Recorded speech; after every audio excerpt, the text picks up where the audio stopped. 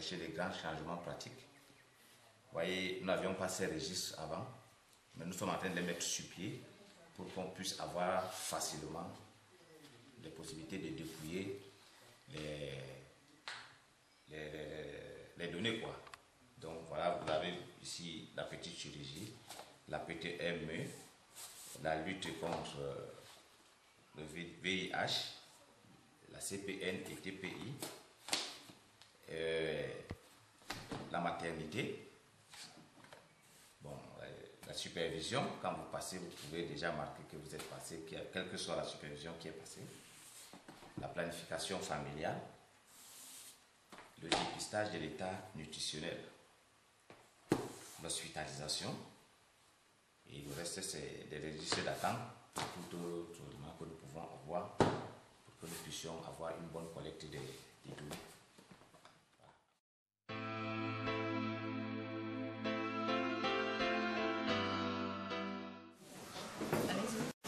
Quand la dame arrive, il y a le nom, l'âge, le nombre de vaccins faits, donc vaccin antitétanique pour la prévention du tétanos néonatal, le nombre de gestes, donc le nombre de grossesses que la dame a déjà eu, le quartier dans lequel elle habite, l'heure d'arrivée en salle d'accouchement, l'heure d'accouchement, le statut sérologique de la maman, le sexe du bébé, l'âge de la grossesse, le poids du placenta, le mode d'accouchement, c'est-à-dire si elle a accouché normalement ça veut dire sans complication, le score d'Apgar. C'est quoi le score d'Apgar? Quand l'enfant naît, s'écrit immédiatement, ça c'est le score d'Apgar qu'on note ici, la cotation d'Apgar. L'heure de la rupture des membranes, c'est-à-dire l'heure à laquelle le placenta est sorti, l'heure de la rupture des membranes, c'est-à-dire l'heure à laquelle la poche d'eau s'est rompue avant que l'enfant ne naisse. Bon, l'administration de la vitamine A, pardon, c'est ça la vitamine A. On donne la vitamine A à toutes les mamans, ça fait des supplémentations en vitamine A. L'observation, c'est-à-dire ce qu'on a observé au moment de l'accouchement, est-ce que l'enfant est né normalement, est-ce qu'il a eu des souffrances, est-ce qu'on l'a réanimé, est-ce qu'on l'a désobstrué, ou alors si la maman a eu une déchirure du périnée, c'est-à-dire s'il y a tous ces aspects pendant l'accouchement, on note. Si c'était un gros fœtus par exemple, un gros bébé, on note. Et puis on écrit le nom de l'équipe qui a pratiqué l'accouchement. Bon, on a un deuxième registre, ça c'est le registre de la PTME, prévention de la transmission de la mère à l'enfant. Quand la maman arrive, on note également.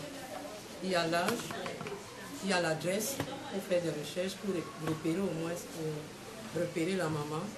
Il y a le statut matrimonial. Si la maman est mariée ou alors si elle est célibataire.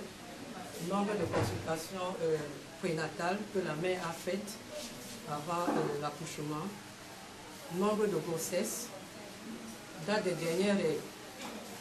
Et puis la dilatation du col à l'arrivée, c'est-à-dire quand la femme arrive, il faut déjà connaître à quelle dilatation elle est. Et puis il y a la rupture prématurée des membranes. Ça aussi, on doit noter. On note si la maman a eu la fièvre avant. Des infections vaginales chez la maman. C'est-à-dire quand la maman arrive, avant qu'on ne l'examine, on doit pouvoir noter si on a désinfecté la vulve avant de pratiquer le toucher vaginal. Et puis la sérologie VIH de la mère, donc le statut de la mère à l'arrivée. À l'arrivée, donc, si son statut n'est pas connu, en salle d'accouchement, on a les tests sur place, on fait les tests pour connaître le statut de la mère, pour pouvoir diriger l'accouchement et prendre en charge la mère et l'enfant en salle d'accouchement. Puisqu'en salle, on a des arrêtés. Si la mère n'a pas pu se faire tout ça pendant les consultations prénatales, en salle d'accouchement, c'est le temps. Donc, on fait la prévention à la mère et au bébé en même temps. Et par la suite, on note l'heure de l'accouchement et la date, le mode d'accouchement, l'épisiotomie, si elle a été faite, on note des infections de l'enfant, parce que tous les bébés qui naissent, qu'ils soient nés de mère séropositive ou pas, on les désinfecte. On a une bassine là avec des antiseptiques. Donc on désinfecte tous ces enfants pour éviter un peu la stigmatisation, pour que celles qui arrivent qui sont séronégatives ne pensent pas que c'est parce que les autres sont séropositives et tout. Donc c'est nous seuls, l'équipe, qui connaissons que tel a tel statut. Donc on désinfecte tous les bébés. Et puis il y a la cotation d'APA également qui est notée, le poids de l'enfant, l'administration des ARV ou des données de mère séropositive, ça c'est noté, et puis le mot d'allaitement. Parce que les mamans qui naissent, qui accouchent, les mamans séropositives qui accouchent, il y a certaines qui font un choix. D'autres choisissent l'allaitement maternel, d'autres l'allaitement artificiel.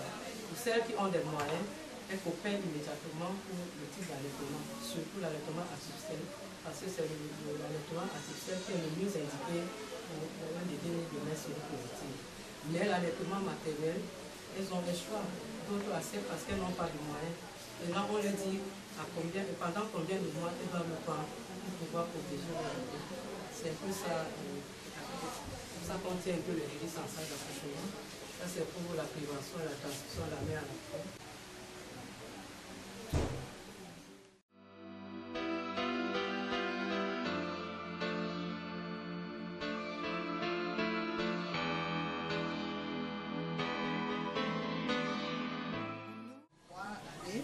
Les noms, âge, sexe, quartier,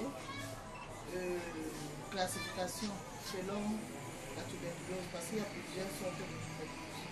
Il y a le rouge, ce sont ceux qui ont la tuberculose pulmonaire. Et là, ce sont ceux qui sont co-infectés. Donc, ce sont des signes qui permettent des codes qui permettent d'apprécier, de mieux connaître les malades co-infectés. Et l'observation. Parce qu'il y a certains qui peuvent avoir plusieurs maladies. Là, c'est le registre de médecine. Le premier registre, c'est pour les malades de CDT, centre de traitement, de dépistage de tuberculose. Ici, c'est le registre de l'hospitalisation. Nous n'hospitalisons pas les malades tuberculeux. Quand ils sont très malades, on les envoie à la polyclinique d'apprendre. Ici, c'est les malades de médecine. Nous recevons dans les 150 par mois.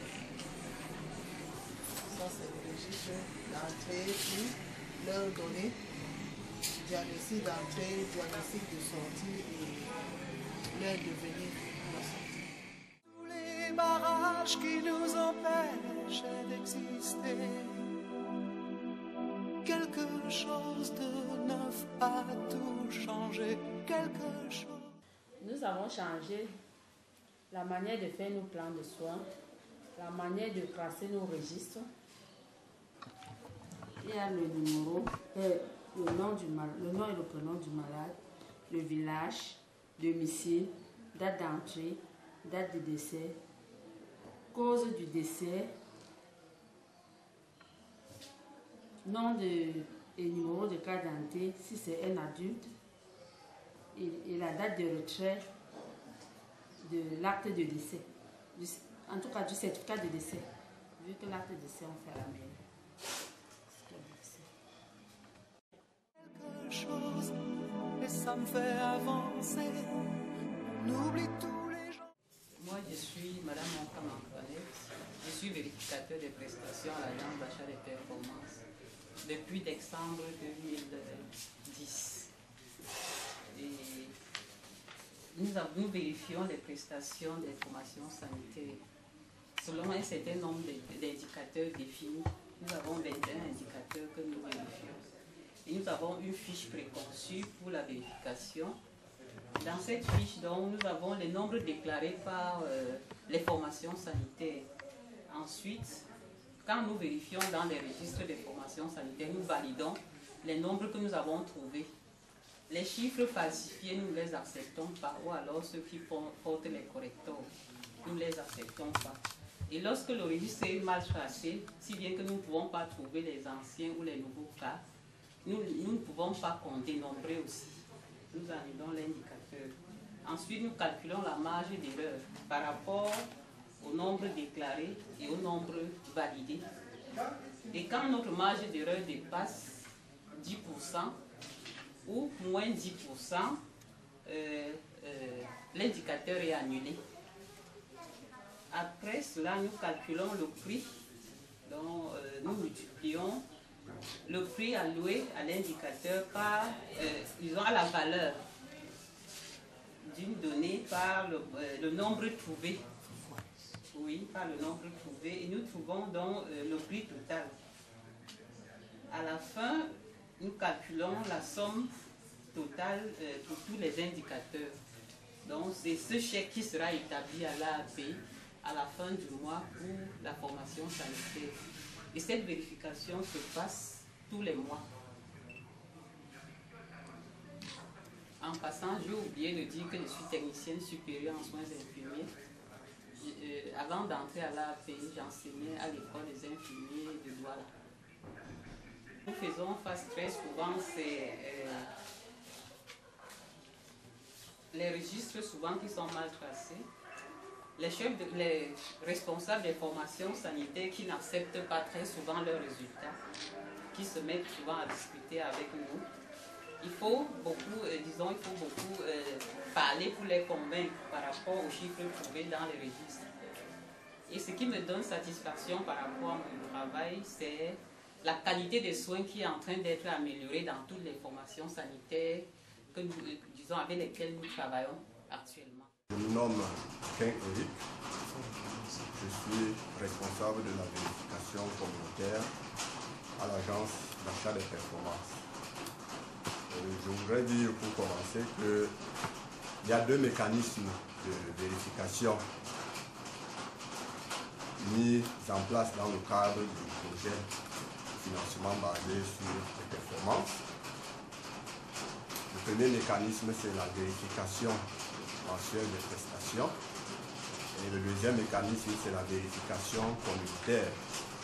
Et la vérification communautaire vise à retrouver dans la communauté les personnes déclarées avoir bénéficié de prestations des formations sanitaires sous contrat avec l'agence d'achat des performances du Fonds spécial pour la promotion de la santé, d'apprécier le niveau de satisfaction des populations bénéficiaires par rapport aux prestations fournies par les formations sanitaires et renforcer l'implication ou la participation de la communauté dans le cadre du projet afin qu'elle s'approprie les formations sanitaires. Nous avons commencé au mois de décembre, précisément le 8. Nous avons pris fonction à l'agence d'achat des performances. Et le projet est en phase pilote. La vérification communautaire qui devait avoir lieu à la fin du premier semestre n'a pas, à la fin du premier trimestre, n'a pas pu avoir lieu compte tenu des difficultés de financement que nous avons connues. C'est vendredi dernier, le 24 juin précisément, que la formation des enquêteurs communautaires membres des associations locales a eu lieu au district de la Cité des Palmiers.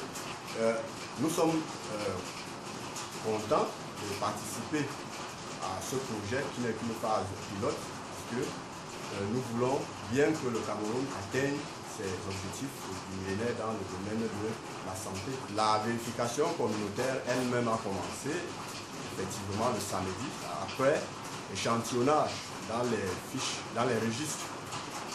Échantillonnage mené par les vérificateurs des prestations.